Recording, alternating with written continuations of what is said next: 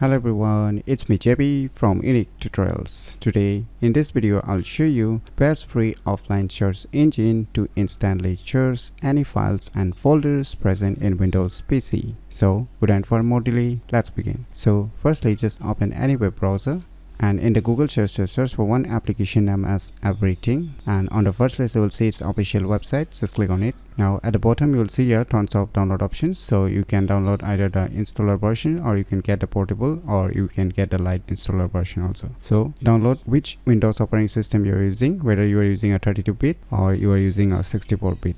So right now I'm gonna download this portable zip 64-bit. So finally the file has been downloaded, so let me go to the folder where it's being downloaded and let me close this web browser. Just double click it to extract the zip file. Now just open the extracted folder.